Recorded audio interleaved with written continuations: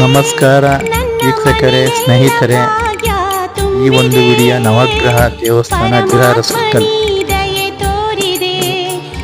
ಇವತ್ತು 3ನೇ ಶ್ರಾವಣ ಶನಿವಾರವಾದ್ದರಿಂದ ಭಕ್ತಾದಿಗಳು ಆಗಮಿಸಿ ದೇವರ ದರ್ಶನವನ್ನು ಪಡೆಯುತ್ತಿರುವ ದೃಶ್ಯ ನೋಡಬಹುದು.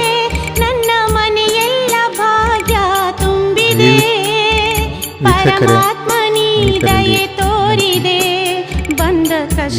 ಒಂದು ಲೈಕ್ ಕೊಟ್ಟು ಒಂದು ಸಬ್ಸ್ಕ್ರೈಬ್ ಮಾಡಬೇಕು ಅಂತ ವಿನಂತಿ.